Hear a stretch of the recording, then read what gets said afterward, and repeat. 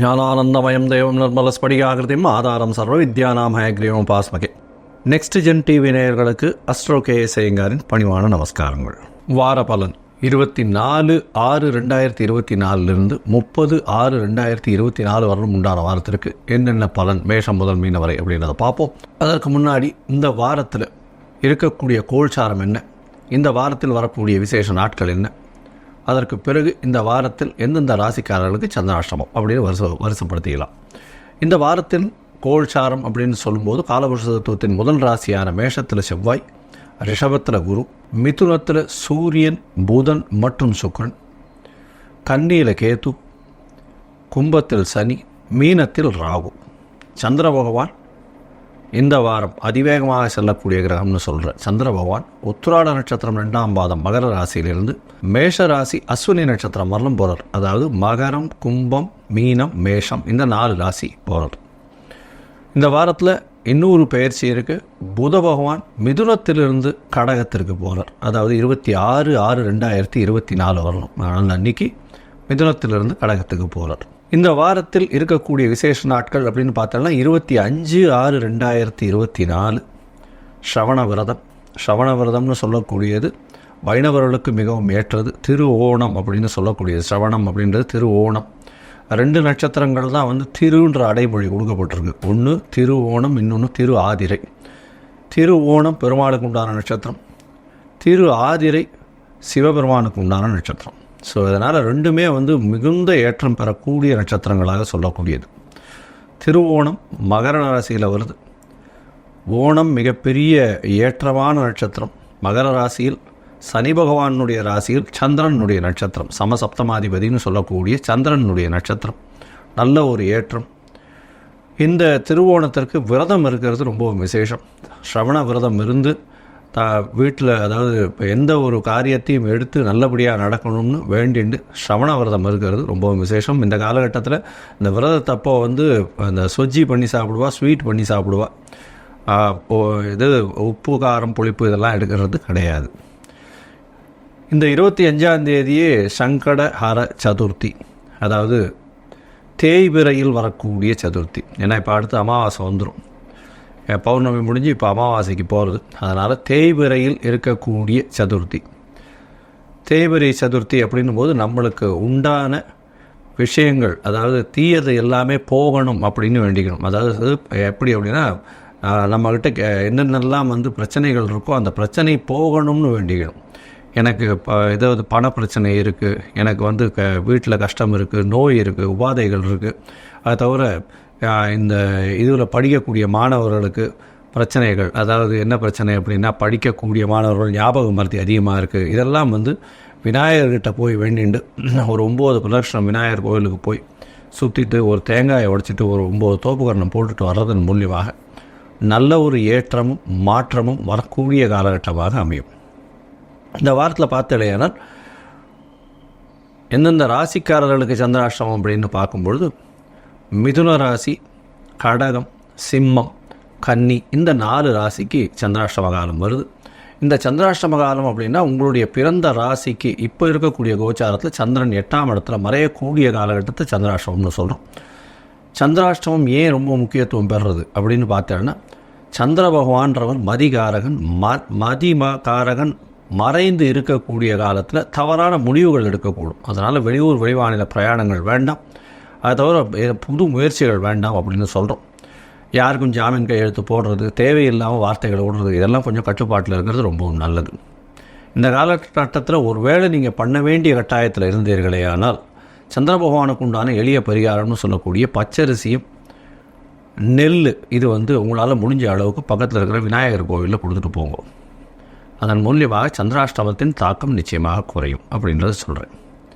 சரி, இப்போது மேஷம் முதல் மீனம் வரை இந்த வாரமான 24/6/2024 30/6/2024 வரை எப்படி இருக்குதுன்னு பார்க்கலாம். அதற்கு முன்னாடி என்னுடைய மொபைல் நம்பர் கீழே ஸ்க்ராலிங்கில் வந்துட்டுருக்கும். உங்களுக்கு அஸ்ட்ராலாஜிக்கல் கன்சல்ட் தேவைப்பட்டதுன்னா நீங்கள் என்னுடைய மொபைலுக்கு கான்டாக்ட் பண்ணுங்கள். உங்களுடைய டேட்டு, டைமு, பிளேஸு, அதை தவிர உங்களுடைய பெயர், தாய் தகப்பன் பெயர் எனக்கு அனுப்பி வைங்க. நான் என்னுடைய கட்டணம் என்னன்னு சொல்கிறேன். உங்களுடைய அதாவது டைமை வச்சு பாத சந்தி இருக்கா, அதாவது நட்சத்திர சந்தி, பாத சந்தி, நட்சத்திர சந்தி, அதை தவிர வந்து அந்த லக்ன சந்தி, லக்ன பாத சந்தி இதெல்லாம் இருக்கா அப்படின்றத பார்த்துட்டு, உங்களுடைய தசாபுக்தி அந்தரம் சூக்ஷ்மம் இதெல்லாம் எப்படி இருக்குன்றதையும் பார்த்துட்டு, உங்களுக்கு உண்டான எளிய பரிகாரம் அதை தவிர என்ன பலன்கள் அப்படின்றத சொல்கிறேன். இப்போது மேஷம் முதல் மீனம் வரை 24/6/2024 30/6/2024 வரை உண்டான பலன்கள் என்னன்னு பார்க்கலாம். கன்னி, உத்தரம், ஹஸ்தம், சித்திரை இந்த 3 நட்சத்திரம் 9 பாதங்களை கொண்ட ராசி. ராசியின் அதிபதி அப்படின்னு சொல்லக்கூடியவர் புத பகவான். ராசிக்கு 10ஆம் இடத்துல இந்த வாரத்தில் இருக்கார். 26ஆம் தேதி அன்னைக்கு ராசிக்கு 11ஆம் இடத்துல வரும். அதனால் நினைத்த காரியங்கள் அனைத்தும் வெற்றி பெறக்கூடிய வாய்ப்புகள் உண்டு. எது நினைத்தாலும் அதில் வெற்றி வரும். 9-10 அதிபதிகள் 9-10 அதாவது 10ஆம் இடத்தில் சேர்ந்து இருக்கிறது பெரிய விசேஷம். இதன் மூலியமாக பொது காரியங்களுக்கு செலவிடக்கூடிய வாய்ப்புகள் உண்டு. புதிய புகழ், அந்தஸ்து, கௌரவம்லாம் வரக்கூடிய வாய்ப்புகள் நிச்சயமாக இருக்கும். 6ஆம் இடத்தில் இருக்கக்கூடிய சனி பகவான் மூலியமாக நல்ல ஒரு ஏற்றம் கிடைக்கும். எதிராளிகள் அற்ற நிலை இருக்கும். அதை தவிர பார்த்தாலேனால் உங்களுடைய ராசிக்கு 6ஆம் இடத்தில் இருக்கக்கூடிய சனி பகவான் மூலியமாக புதிய கடன் வாங்கக்கூடிய வாய்ப்புகள் உண்டு. தொழிலுக்காக கடன் வாங்குவீங்க, சொந்த தொழிலுக்காக கடன் வாங்கக்கூடிய வாய்ப்புகள் உண்டு. புதிய வேலை கிடைக்கக்கூடிய பாக்கியம் உண்டு. கான்ட்ராக்ட் வேலை அந்த மாதிரியான விஷயங்களில் வேலை கிடைக்கக்கூடிய வாய்ப்புகள், கம்ப்யூட்டர் சாஃப்ட்வேர் இன்ஜினியர்ஸ் அந்த மாதிரியான புதிய வேலைகள் கிடைக்கக்கூடிய வாய்ப்புகள் நிச்சயமாக இருக்கும். படிக்கக்கூடிய மாணவர்களுக்கு நல்ல ஒரு ஏற்றம் கிடைக்கும். எதிர்பாலினத்தவர் மூலியமாக நல்ல ஒரு ஏற்றம் கிடைக்கும். அதை தவிர ஒரு வேறு மதம், வேறு மொழி பேசக்கூடியவர்கள் மூலியமாக நல்ல ஒரு ஏற்றம் கிடைக்கக்கூடிய காலகட்டமாக இந்த வாரம் அமையிறது. உடல் நலத்தில் சற்று கவனம் தேவை. ஏன்னா ராசியிலேயே வந்து கேது பகவான் இருக்கிறதன் மூலியமாக கொஞ்சம் பிரச்சனைகள் இருக்கக்கூடிய காலகட்டமாக அமையும்.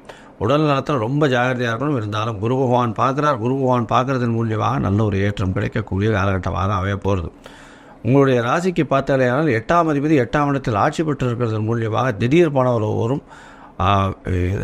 அதாவது இந்த ரியல் எஸ்டேட்டில் இருக்கிறவாளுக்கு பெரிய ஏற்றம். லேண்டு வழியாக, அதாவது இடம், வீடு, மனை இந்த மாதிரியான விஷயங்கள்லேருந்து மறைந்திருந்து திடீர் பணம் வரக்கூடிய வாய்ப்புகள் நிச்சயமாக இருக்கும்.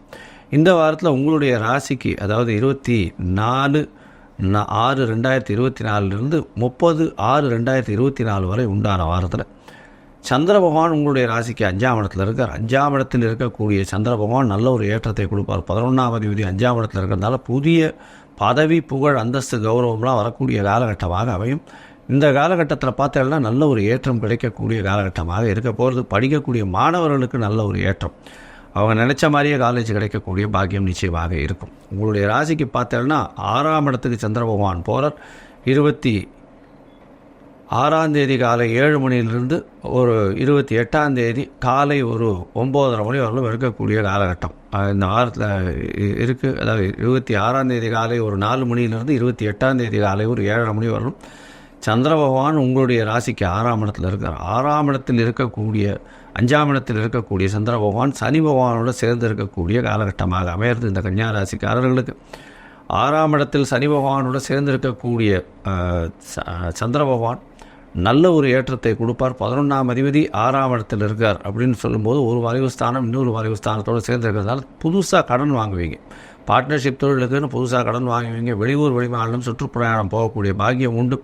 உங்களுக்கு இருக்கக்கூடிய வேலையில் ப்ரமோஷன் கிடைக்கும். வேலையின் மூலியமாக திடீர் பணம் வரக்கூடிய வாய்ப்புகள் நிச்சயமாக உண்டு. உங்களுடைய ராசிக்கு சப்தமத்தில் சந்திர பகவான் போகிறார்.